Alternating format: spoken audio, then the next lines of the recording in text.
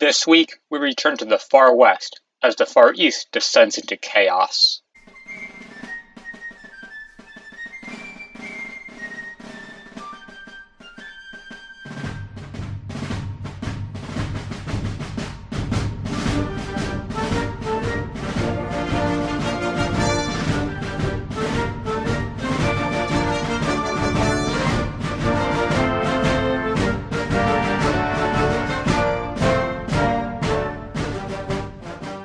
But first, on the 22nd, San Marino is confirmed as an independent nation by Italy. This is important because the US is actually allied with San Marino, and Abraham Lincoln is an honorary citizen of the small nation. And Italy, that state is also very new. It's been unified thanks to the help of one Giuseppe Garibaldi. Garibaldi offered his services to Lincoln, actually. Italian immigrants have actually created a regiment named after him, the 39th New York, or Garibaldi Guard. Lincoln even offered Garibaldi the rank of Major General. This is a very high rank, and after Garibaldi's military successes in Italy, it does make sense. Sadly, it didn't work out because Garibaldi wanted more. Lincoln's job. What does any of this have to do with the treaty? Well, on the 23rd, Major General Stonewall Jackson starts his Valley campaign.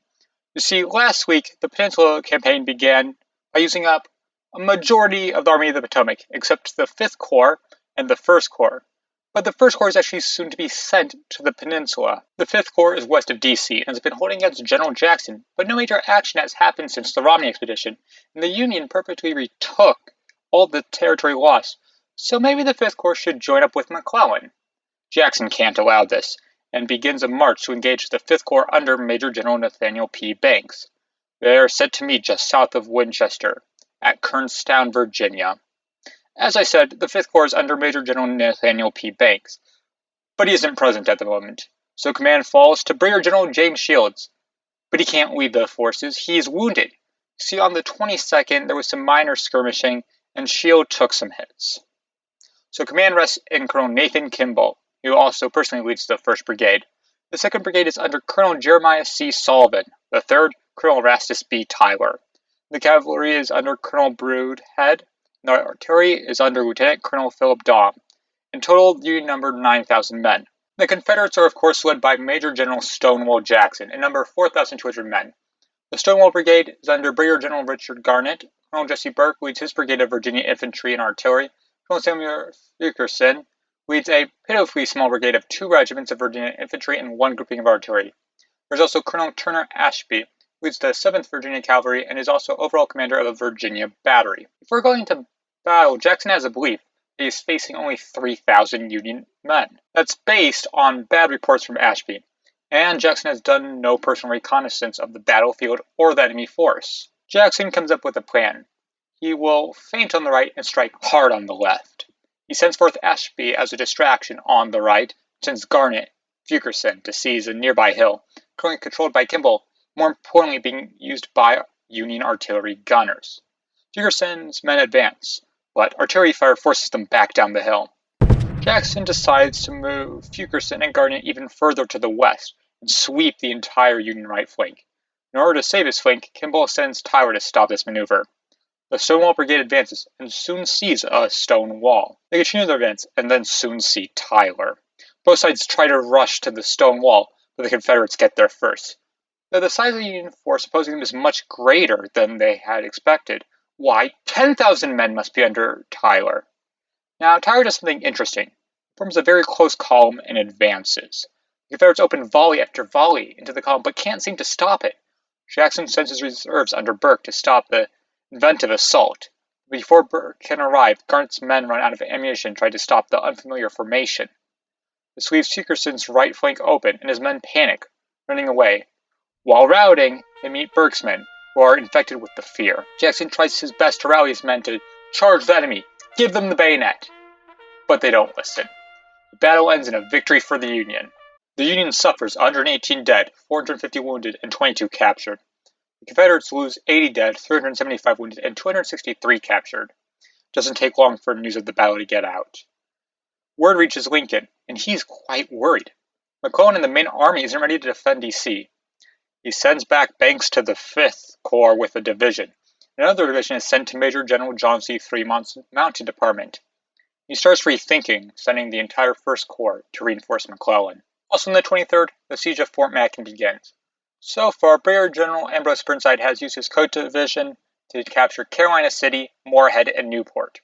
His subordinate John G. Parke, a brigadier general, sends word to Colonel Moses White of the Confederacy held up in the fort. White replies to his invitation for surrender, "I have the honor to decline evacuating Fort Macon." White has 450 men at the fort, but he also has time. Parke still needs to take Buford before he can truly threaten White. On the 24th, George Randolph is sworn in as the Confederate Secretary of War. Randolph has previously held a brigadier generalship. He is from Virginia, and he has held no elected position. He has no experience in this office besides fighting in one battle, the Battle of Big Bethel. Davis just really doesn't have good options with cabinet picks. Same day, Lincoln doesn't send the First Corps under Major General Irvin McDowell to Major General McClellan. Kernstown has worried him. Plus, McClellan has enough men already, and losing DC is too big a risk.